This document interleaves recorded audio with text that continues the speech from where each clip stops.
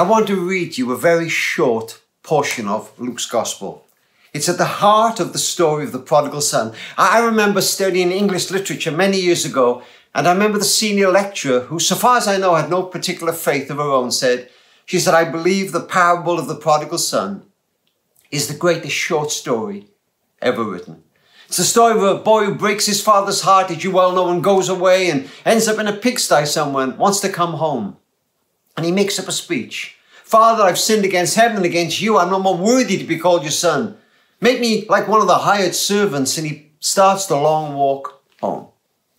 What he doesn't know is every day since he left, his father's been looking down that dusty road. And when he sees his boy coming, this old man starts to run. The Bible puts it like this. When he was a long way off, his father saw him and was filled with compassion on him and ran to his son and threw his arms around him and kissed him. And the son tries to deliver his speech he's prepared. Father, I've sinned against heaven and against you, but he never finishes his speech. Because the father says, put a robe on his back and a ring on his finger and shoes on his feet. My boy's home. About 20 years ago, I was asked to speak at the National Exhibition Centre in Birmingham. It was a day of prayer for prodigals. On a Saturday, about 4,000 or 5,000 people gathered to pray for their prodigals. Some had husbands, wives that walked away from faith. Some had friends. In a strange reversal of the parable, some came to pray for mothers and fathers, but many for children. Their children were prodigals. And they'd all gathered in this vast auditorium to pray. And I'd been asked to bring a message from the parable of the prodigal son. I had it prepared. It was all in my pocket. I was ready to speak it. But they'd erected a huge cross in the front of the auditorium. And during the day, people were invited to write the name of their prodigal on a little bit of paper and bring it in and lay it at the foot of the cross. And I watched as young people and old people and all kinds of people came to that cross, some brushing away a tear and tenderly lay that piece of paper at the foot of the cross. After a couple of hours, they asked if I would leave the stage and go and stand by the cross and pray with people. And so I get up to do that. But by the time I get there, there are thousands of names at the foot of the cross. I glance at some of them. Lord, remember Charlie, bring Chloe home. Please, find out where Tom is and bring him back, God. It was as if the pain of the world was at the foot of that cross. I have two children, Katie and Lloyd, and I thank God for where they are now. But I remember all those years ago laying my daughter Katie's name at the foot of the cross and Lloyd's name at the foot of the cross. And I remember starting to cry. I never did get to preach the message I'd prepared, but that day God laid a message about prodigals on my heart that eventually came out in a book I wrote called Bringing Home the Prodigals and took me all over the world speaking that message. And I want to share the elements of it with you now. The first was this, that we may have made prodigals of some who were never prodigals at all. They never did really walk away. Sometimes they just walked away from silly rules and regulations that didn't matter to God. You know, Jesus' criticism of the religious leaders was, you care too much about the regulations and you give 10% of this and 10% of that, but you miss the things of the heart. You know, I remember when Lloyd was about 16, he started smoking. I didn't want him to smoke. And one Sunday morning, I'm in church with him, and he sat next to me. I can smell the smoke on his clothes. And I think, boy, if I can smell the smoke, everybody else can as well. I need this like a hole in the head. I write books on this stuff, for goodness sake. And then I remember thinking, no, and I put my arm around him and I pull him close. And I say, son, I'm so proud to have you in church with me today. Did I want him to stop smoking? Of course I did. I was glad when he did. But was I going to make him a prodigal over that? No, I was not. And we've made prodigals of people because sometimes they just didn't fit our little way of doing things. We've slighted the small stuff. And particularly so, I think, with children, with young people. You know, if you have more than one child, you'll almost certainly have chalk and cheese. That's particularly golden if the first one is compliant, because that's what lures you into having the second one. That is normally a testing child. And you know, that testing child can so easily be categorized as a prodigal. You know, when my daughter was about 14, I can remember somebody coming up to me in church and saying, "Oh, isn't your daughter spiritual? I watched her in church today. She was taking notes when the preacher was speaking." But you know, that was Katie. Katie took notes in geography. She'd take notes if a bus went by. That was Katie. And Lloyd could never sit still. Lloyd didn't want to take notes on anything, but that was his personality. And sometimes we confused spirituality with personality. You know, sometimes a 13-year-old boy will decide to start coming to church, part of the youth club, and he becomes a Christian. And we say, well, now you've got to come to church every Sunday morning, and we want you to listen to quite a lot of lectures and sing quite a lot and read quite a lot. And a lot of 14 and 13-year-old boys, they don't like sitting still. They don't like listening to lectures, and they don't like singing much, and they don't like reading much. And when they're 16, they stop coming because they feel they just don't fit. And we call them prodigals. But perhaps they weren't prodigals. Perhaps they just couldn't sit still. And sometimes those testing kids have an incredible heart. They're the first to visit their friend when they got knocked over. They'll be the first to visit them in hospital. They'll use the last bit of their pocket money to buy a copy of Big Issue from some guy selling it on the streets. They got incredible hearts.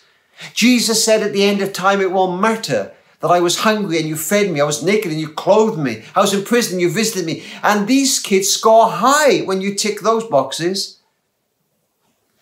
And both kinds of child need the other. Of course they need good teaching. Of course they need the worship. It won't hurt them to sit still, listen to some talks, but we sometimes miss the heart. And that's a really, really sad thing. And we've made some people, particularly young people, feel rubbish Christians because they're just not like us. Imagine you could buy a jelly mold for the perfect Christian child. Get a non-smoking, non-tattooed, Bible study-loving, worship-loving teenager. I've had 2 kids. I'd send away for 3 just in case one got broke in the post. And your first child slips straight into that jelly mold. Perfectly. The compliant child fits. They just want to please. But with the second kid, there's jelly all over the floor. They will not fit this mold. And you pray all your life, dear God, make my child fit the jelly mold of the perfect Christian child. But you die and you still not had that prayer fulfilled. And you get to heaven. And you say to God, why did you not answer my prayer? And he takes you by the hand and he leads you into a warehouse. And it's 100 miles long and 100 miles wide and 100 miles high. And it's full of molds. And he says to you, what do you notice about them? And you go, wow, they're all different. Yes, says God, they're all different. Every one of them unique. I made every one of them special. But look again what you notice. And you go, what? Well, in some ways, they're all the same. Yes. I based every one of them on my son. The idea all along was that they'd be like him, not like you or your particular local church, but like him. And I wonder if we've done that to some people. They just didn't fit our particular way of doing things. We really have sweated the small stuff. I was in America talking about bringing home the prodigals, and I heard an incredible story. It was a young man who tried to get into church in California, but he had no shoes and socks on. And an old man came up to him with a black suit, white shirt, black tie, big black Bible, and said, you can't come in here with no shoes on, son. This is the house of God. And suddenly, an even older man came out of the shadows. And he too had a black suit on and a white shirt and a black tie and a big black Bible and very bad arthritis in his fingers, which explained why it took him such a long time to do what he did next. He sat down and he undid the laces of his left shoe. And then he undid the laces of his right shoe. And he took his left shoe off and his right shoe off and his left sock off and his right sock off. And he said, he can sit by me. He can sit by me. And sometimes, you know, with our so-called prodigals, we sometimes have to take a second look. Sometimes we have to search to see God at work in their lives. I've had many conversations like this all over the world. Some parents will come to me and they'll say, our daughter's a prodigal. And I'll say, oh, I'm sorry to hear that. How old is she? Oh, she's 23 years old. She lives about 100 miles away from us. Tell me about your daughter. Is she a good friend? Oh, she's an incredible friend. Has she got a good heart? Great heart. Does she care for the poor? Oh yes, she helps in a homeless shelter once a week. Wow. Do you think she ever prays? Oh, I'm sure she prays sometimes. Well, she's not doing too badly, is she? Yes, but she doesn't go to church now, Mr. Parsons. Well, I understand that. And I believe in the local church. I'm in my own local church almost every Sunday morning. I believe in the local church. I don't like it when Christian leaders don't go to church. But it's not the whole story. And I encourage parents like that to ring their daughter up, to ring their son up and say, we're so proud of you, darling, the work you're doing with homeless people. We're going to pray for you. We know you're not sure exactly where you are at the moment in your faith, but we believe that God is using you in that way. You catch them doing something right. Because if you only catch them doing something wrong all the time, they get this sense that you're disappointed in them. And sometimes they believe that God is disappointed in them. And I'm not sure that he always is. I remember speaking in Canada once. I just delivered the message of bringing home the prodigals, and quite an elderly couple came up to me and they said, Mr. Parsons, we'd like to talk to you. Our 17-year-old daughter won't go to the youth Bible study. And I said, oh, I'm sorry. And she likes to go dancing on a Saturday night. And I thought, well, at least she sounds normal. And sometimes she goes dancing on a Friday night as well. And I can imagine the rows and fights in this home. This kid's out on a Friday. She wants to go out on a Saturday night. And she won't go to the youth Bible study. And I can remember saying to them, does she ever go to church with you now? Oh, yes, she goes to church every Sunday morning. She never misses. I said, excuse me, are you telling me whatever time she's out on Saturday night, that Sunday morning she's there week by week with you in church? Oh, yeah, she never misses. I said, when you go home tonight, if she's asleep, I want you to wake her up. I want you to say you were so proud of her faithfulness to God, that you told the preacher about her. And this mother looked at me and she said, Mr. Parsons, didn't you hear what I just said to you? She won't go to the youth Bible study. And I said, madam, forgive me. But if you don't catch that kid doing something right, you got a lot more to worry about than the youth Bible study. And sometimes we've done that with friends, with husbands, with wives. We've given the impression they just don't fit. And I honestly believe that many of our prodigals are not quite so far from God as we think. Now, I know some of them are, and they've definitely turned their back on God. But before we write them off as prodigals, make sure they really are. Secondly, we have to lay down the guilt sometimes. Whenever I speak to people about prodigals, they're often tormented by guilt. If only I'd been a better friend. If only I'd taken my friend to hear that great preacher when he came to town. You know the problem with taking our friends to hear great preachers when they come to town? When we take them, the preacher's absolutely rubbish. Why does that always happen? If only we'd done this, if only we'd done that. I hear parents saying, if only we'd had daily devotions with our children. If only we hadn't had daily devotions, perhaps we pushed them too much. All those if onlys, with husbands, wives, with parents even. And sometimes you have to lay down the guilt. It's particularly so with parents. Many parents are way down with guilt. You know, many parents would like another shot at it. We'd probably just make different mistakes. But most of us have given it our best shot.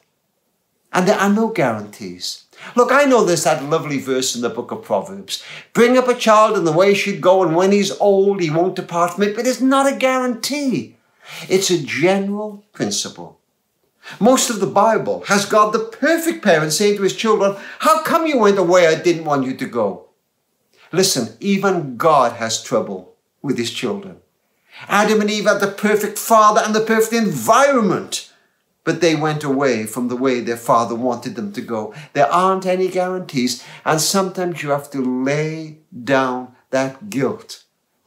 Sometimes our prodigals make choices, and sometimes those are bad choices.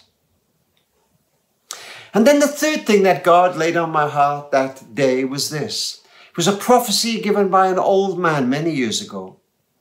When the Father's house is filled with the Father's love, the prodigals will come home. If we don't stop fighting each other in local churches, there's hardly any point bringing them back.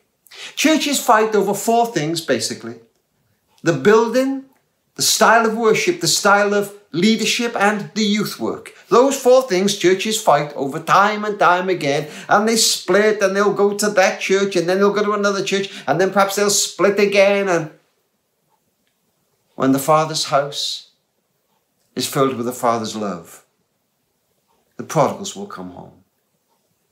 It was the last night of his life. Within 24 hours, he would be dead and buried. He had so little time left, so little breath left in his body before he died, but he decided to use that time and that breath to say something special to his disciples. You must love each other. You must love each other. He prayed, Father, I pray that they may be one, that the world may believe that you sent me. If we don't stop fighting each other in local church life, there's hardly any point bringing them back. Look, are you the kind of person who drives your church leader crazy with criticism? Are you? I was speaking to a group of church leaders some time ago, and in the coffee interval, a young vicar came up to me. He had tears in his eyes. I said, are you okay? He said, well, Rob, I was touched by what you said about criticism. A woman in my church has just written me a letter with 30 things that are wrong with this church. He said, I answered every one of them. I wrote straight back to her. I said, that was not a good idea. He said, why not? I said, she wasn't satisfied, was she? He said, no, she's just written me another 20. Look, if you have power in your local church and you stamp and kick, you might get the kind of church you want. You might get the kind of worship you want, either swinging from the chandeliers or using the old grain hymn book. You might get the building committee to build the building exactly as you want it. You could have blue curtains or red curtains. You can have it exactly as you want it if you stamp and kick and get your way. The only problem is your prodigals won't come home. It's easy to walk away from an institution, but it's harder to walk away from a family. We are meant to love each other. I was in America again talking about bringing home the prodigals, and a pastor from a church not too far from Colorado Springs told me an incredible story. He said, we're a prodigal-friendly church. In fact, we've grown it from 300 to 10,000 by welcoming back the prodigals. Now, church gets rather interesting some Sundays, but he said it's an amazing place to be now. And he said some time ago, a young Hell's Angel was dared by his friends to come to church. In his early 20s, he had long, greasy hair. He had enough ironmonger in his face to open a small hardware shop. And on these knuckles, he had F-U-C-K and Y-O-U. That was his statement to the world, tattooed. And somebody dared him to come to church. He not only came to church, he walked straight down the aisle and sat in the front row. Arrogant. Unfortunately for that young man, that church allocates certain people to welcome people, and he got himself in Marge Staples' area. Marge is almost 90 years old. Marge hadn't got the energy these days to argue about the way we worship, whether we're using the old guitars or swinging from the chandeliers or the old hymns from yesteryear. She doesn't have any patience arguing about that stuff now. She certainly doesn't care whether the building committee built it this way round or that way round, or whether the carpets are blue or red. She's going to be in front of Jesus any day now. She just wants to love people. And she sees this young man and says, oh, young man, come here, let me hug you. It's so nice to see you in church. And she grabs him and squeezes him. And he starts to cry. In fact, he doesn't stop crying till the preacher finishes speaking. Gives his life to Christ that night. 6 weeks later, a consultant plastic surgeon in that church gave him a skin graft to remove the tattoos. Frankly, he had to, because the young man was offending people as he was lifting his hands in worship. When they baptized him, the wounds hadn't quite healed. He had little plastic bags with rubber bands on his hands as he went under the water.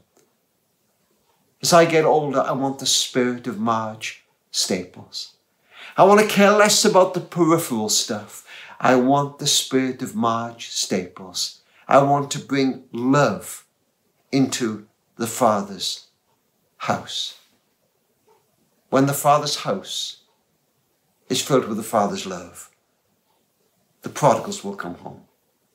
The fourth thing God laid on my heart that day was this: when they do come home, pray with all your heart they meet the Father before they meet the elder brother. The spirit of the elder brother, the elder sister is very strong. You know, the Father will be patient. I can remember one young man saying to his dad, "Dad, I am back, but be patient with me. It's going to take a while."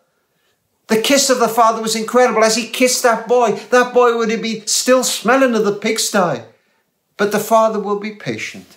The elder brother won't be patient. "Can I still smell smoke on your breath? Can I still smell alcohol? You still with that woman? Why don't you get life sorted out?"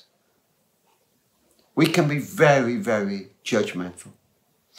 A woman told me a very funny story, actually. She said, we're in a very big church and I was standing near the bookstall some time ago, and a woman came up to me and she said, "Excuse me," she said, "I want to tell you that your daughter shouldn't be wearing tight jeans like that in church. God has told me to tell you that." "Oh," said this mother, "that is remarkable for two reasons. First of all, that God didn't tell me first. And secondly, that in fact, this is not my daughter, it's my son. It's true he needs a haircut." We can be judgmental. A vicar's wife wrote to me. She said, "My son's 16. He stopped coming to church a couple of years ago. But the other Easter Sunday he came to church and we were both thrilled, except he wears a baseball cap everywhere and he had it on in church. And we could almost hear the whispers behind. Why has he got a hat on in church? And why has the vicar's son got a hat on in church?" If you're parents, could I say to you, don't spend your lives worrying about what other people are making of your parenting. And if you're a church leader, don't spend your life worried about that stuff. Don't ever say to your kids, "If you behave like that, what will they think of me? You're the pastor's son, you're the minister's son." Don't you dare say that to them. If you say that to them, they'll think that's how God thinks about them, and it's not how God thinks about them. In fact, if you're a church leader, let your kids be kids. Let them smuggle a Beano comic into the back of church and read it while you're sermonizing, or slip piranha fish into the baptistry like other kids do. Let them be kids. Don't ever be ashamed of your children. Be ashamed sometimes of what they've done, but don't ever be ashamed of them. A judgmental spirit is a terrible thing. When they come home, pray they meet the Father before they meet the elder brother. And then finally, prayer. Prayer. I can remember looking at that big old cross at the front of the auditorium in the National Exhibition Centre and thinking in my heart, boy, that is a symbol of utter weakness, a man pinned to a piece of wood with nails, but also realizing it is an incredible symbol of power and freedom. There is no better place to bring your prodigal than the foot of the cross. God loves your prodigal more than you, whether it's a child, a husband, a wife, a parent, a friend, and he knows where they are, not just physically, but in their heart and soul. Bring your prodigal to him. When we used to go into cities with the Bringing Home the Prodigals event, I would sometimes go into that city about 2 months before and try to gather together some church leaders and tell them about the event that was coming in a couple of months' time. And I was doing that seminar for church leaders one day, and a young man came up to me and he said, "Rob, my mother asked me to make sure I say hello to you." So I said, "Oh, do I know your mother?" He said, "No, you don't know my mother. But when you spoke the message of Bringing Home the Prodigals at the National Exhibition Centre, she laid my name at the foot of the cross. I'd walked away from God. But I'm back now. In fact, this is my first day as a youth pastor in a local church." And I said, "Oh, congratulations." And when we got to that city 2 months later, I told that story in the main event. And as I walked down the aisle at the end of the event, somebody pulled my coat, my jacket, and I turned and a woman looks up at me and she says, "I'm that mother." And as I looked into her eyes, it was as if she was saying to me, I am the mother who cried. I'm the mother who knelt by that bed in prayer night after night. I'm the mother sometimes who waited for his key in the door and didn't hear it until the early hours of the morning. But I am the mother who prayed. I am the mother. Don't ever give up in prayer. Shortly after I wrote the book, Bringing Home the Prodigals, a woman wrote to me. She said, my daughter left home when she was 18. She turned her back on God and us. We didn't see her for 6 years. We didn't know whether she was alive or dead. And as we went to bed at night and we turned the lights out in the house, I'd always say to my husband, leave the porch light on. I don't want to leave the house in total darkness. And she said, every Christmas I used to put a little Christmas tree outside the front door. We called it my daughter's Christmas tree when she was small. I kept putting it outside the door. And when my daughter was 24 years old, she came back home. And she said, Mum, I was too ashamed to come home. I wanted to come home many, many times, but some nights in the early hours of the morning, 1 or 2 o'clock in the morning, I would drive into our street and I'd sit in the car. And I'd look around all the houses and they were all dark, apart from our house. And I knew you'd left that porch light on for me. And some nights it would be Christmas and I'd sit there and I'd see the little Christmas tree you put there. And I have said to parents all over the world, and whoever your prodigal is, a parent, a child, a brother, a sister, a child, I would say to you, don't ever give up hope. Keep on praying. Always leave a light on. Philip Yancey begins his book, What's So Amazing About Grace, with an incredible story. He tells the story of a young girl. She's 15 or 16 years old. She has a row with her father over the length of her skirt or the pin in her nose. And she walks out of her home in little Traverse City and goes to Detroit City, the place he'll never find her. The second she gets off the Greyhound bus, there's a man waiting for her. He puts her in the penthouse of a fancy hotel. People pay big money for this young girl. And for 2 years, she lives like a model, practically like a queen. And then the drug habit kicks in and she gets ill and he takes her out of the penthouse and she's sleeping in the shop doorway, still sleeping with a couple of men a night just to keep her drug habit going. And she's got a hacking cough there one night and she's got newspaper around her and cardboard underneath her and she thinks, I want to go home. She finds a phone and she rings her mum and her dad and gets the answer phone. She says, Mum, Dad, it's me. I want to come home. My bus is going to get into Traverse City at midnight. If there's nobody there to meet me, I'll understand. I won't blame you. I'll get straight back on the bus. I'll stay on the bus all the way to Canada. It's a long way from Detroit City to Traverse City. And night falls on that bus. She falls off to sleep. The bus is making its way across the states, but finally there's a hiss of brakes and she hears the bus driver say, Traverse City folks, we're here for just 15 minutes. And she thinks, 15 minutes to decide my life. She straightens her blouse. She tries to get the nicotine off her fingers. She wonders if there'll be anybody to meet her in that bus station. Nothing she imagined or dreamt of got her ready for the sight she saw that night. When she entered the little bus station in Traverse City, 20, 30 people, friends and uncles and aunties, and a grandmother and a great-grandmother to boot, and her mother. And here's her father coming towards her with tears streaming down his face. She says, Daddy, I am so sorry. Hush, child, he says. We don't have time for that. We're going to be late for the party. I can't promise you that your prodigal will come home. I know that some of your prodigals are breaking your heart. But I can tell you this, that many of our prodigals are not quite so far from God as we think. They're a long way from our particular Christian culture, but that never was the big deal. He knows them. He loves them. Lay down the guilt. Keep on praying. Always leave a light on.